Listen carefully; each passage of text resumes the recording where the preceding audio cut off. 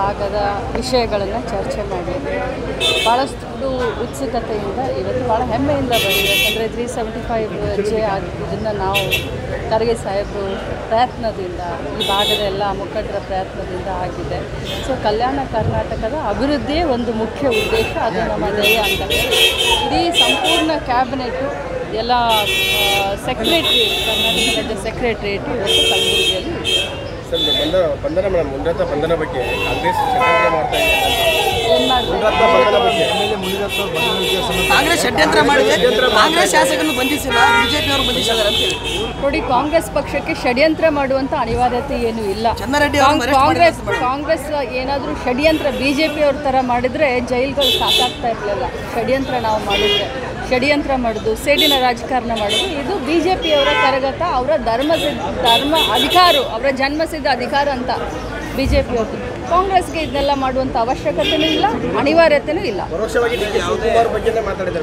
ನೋಡಿ, ಅದು ನನಗೆ ಗೊತ್ತಿಲ್ಲ. ಆದರೆ ಒಬ್ಬ ಮಹಿಳೆಯ ಬಗ್ಗೆ ಅವರು ಮಾತನಾಡ್ತಾ ಇರುವಂಥ ಭಾಷೆಯನ್ನು ನಾನಂತರೂ ಕೇಳಲ್ಲ. ಆದರೆ ಕೆಲವರು ಹೇಳಿದ್ದಾರೆ ನನಗೆ, ಜಾತಿ ನಿಂದನೆ, ಒಬ್ಬ ಮಹಿಳೆಯ ಬಗ್ಗೆ ಮಾತನಾಡೋದು, ಅದು ಮಾಜಿ ಮಂತ್ರಿಗಳು.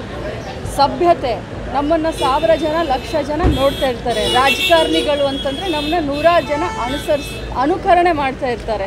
ನಮ್ಮ ಜವಾಬ್ದಾರಿ ಏನಂತ ತಿಳ್ಕೊಂಡು ನಾವು ಮಾತನಾಡಬೇಕು, ಏನು ನಾಯಿ ನರಿಗಳಲ್ಲ. ಒಬ್ಬ ಹೆಣ್ಮಕ್ಳ ಬಗ್ಗೆ ಮಾತನಾಡಬೇಕಾದ್ರೆ ಭಾಳಷ್ಟು ನಾಲಿಗೆಯನ್ನು ಬಿಗಿ ಹಿಡ್ಕೊಂಡು ಮಾತನಾಡಬೇಕು. ನೋಡಿ, ನಮ್ಮ ರಾಜ್ಯದಲ್ಲಿ ಒಂದು ನಿಮಿಷ, ನಮ್ಮ ರಾಜ್ಯದಲ್ಲಿ ಸುಮಾರು 60,000 ಗಣೇಶ ಉತ್ಸವ ಮಂಡಳಿಗಳಿದ್ದಾವೆ. ಸಾರ್ವಜನಿಕ ಗಣಪತಿಗಳನ್ನು 60,000 ಕಡೆ ನಾವು ಕೂರಿಸ್ತೀವಿ. ಆಗಬಾರ್ದು ಇಂಥ ಘಟನೆಗಳು. ನಾನು ಯಾವುದೇ ಕೋಮಿಗಾಗಲಿ ಯಾವುದೇ ಜಾತಿಗಾಗಲಿ ನಾನು ಸಪೋರ್ಟ್ ಮಾಡೋದಿಲ್ಲ. ಯಾಕಂದರೆ ಸರ್ವಧರ್ಮ ಸಮಬಾಳು ನಮ್ಮ ಕಾಂಗ್ರೆಸ್ ಪಕ್ಷದ ಧರ್ಮ ಅಂತ ಹೇಳ್ತೀವಿ. ಈ ರೀತಿ ಘಟನೆಗಳನ್ನು ನಾವು ಖಂಡಿಸ್ತೀವಿ. ಆದರೆ ಎರಡೂ ಕೋಮಿನವರು ಕೂಡ ಸೌಹಾರ್ದತೆಯನ್ನು ಕಾಪಾಡಿಕೊಳ್ಬೇಕು. ಪಕ್ಷಾತೀತವಾಗಿ, ಜಾತ್ಯತೀತವಾಗಿ ಯಾರು ತಪ್ಪಿತಸ್ಥರಿದ್ದಾರೆ, ಯಾವುದೇ ಕೋಮಿನವರು ಇರಲಿ, ಅವ್ರ ಬಗ್ಗೆ ಕಠಿಣ ಕ್ರಮ ನಮ್ಮ ಸರ್ಕಾರ ತೆಗೆದುಕೊಳ್ಳುತ್ತೆ.